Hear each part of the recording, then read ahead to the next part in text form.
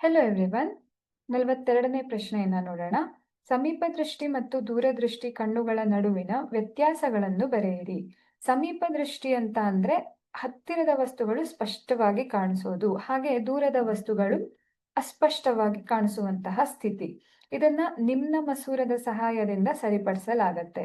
ಈ ಹತ್ತಿರದ ದೃಷ್ಟಿಯ ಆ, ಹತ್ತಿರದ ದೃಷ್ಟಿ ಇದ್ದಾಗ ಪ್ರತಿಬಿಂಬ, ಕಣ್ಣಿನಲ್ಲಿ ಉಂಟಾಗುವಂತಹ ಪ್ರತಿಬಿಂಬ ಅಕ್ಷಿಪಟಲದಿಂದ ಮುಂಭಾಗದಲ್ಲಿ ಏನಾಗತ್ತೆ, ಪ್ರತಿಬಿಂಬ ಉಂಟಾಗತ್ತೆ. ಇಲ್ಲಿ ಮುಂಭಾಗದಲ್ಲಿ ಉಂಟಾಗತ್ತೆ.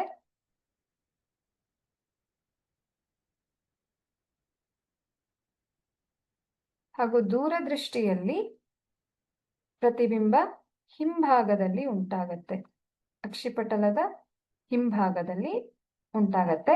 ದೂರದೃಷ್ಟಿ ಅಂತ ಅಂದ್ರೆ ದೂರದ ವಸ್ತುಗಳು ಸ್ಪಷ್ಟವಾಗಿ ಕಾಣಿಸೋದು. ದೂರದ ವಸ್ತುಗಳೆಲ್ಲ ಸ್ಪಷ್ಟವಾಗಿ ಕಾಣಿಸುತ್ತೆ, ಹತ್ತಿರದ ವಸ್ತುಗಳು ಅಸ್ಪಷ್ಟವಾಗಿ ಕಾಣಿಸೋದು ಅಥವಾ ಕಾಣಿಸದೇ ಇರೋದು ಅಂತಹ ಒಂದು ಸಂದರ್ಭ. ಇದನ್ನ ಪೀನ ಮಸೂರದ ಸಹಾಯದಿಂದ ಸರಿಪಡಿಸಲಾಗತ್ತೆ. ಮತ್ತೆ ಪ್ರತಿಬಿಂಬ ಅಕ್ಷಿಪಟಲದ ಹಿಂಭಾಗದಲ್ಲಿ ದೂರದಲ್ಲಿ ಉಂಟಾಗ್ತಾ ಇರತ್ತೆ. ಇವು ದೂರದೃಷ್ಟಿ ಮತ್ತೆ ಸಮೀಪ ದೃಷ್ಟಿಗೆ ಇರುವಂತಹ ವ್ಯತ್ಯಾಸಗಳಾಗಿದೆ.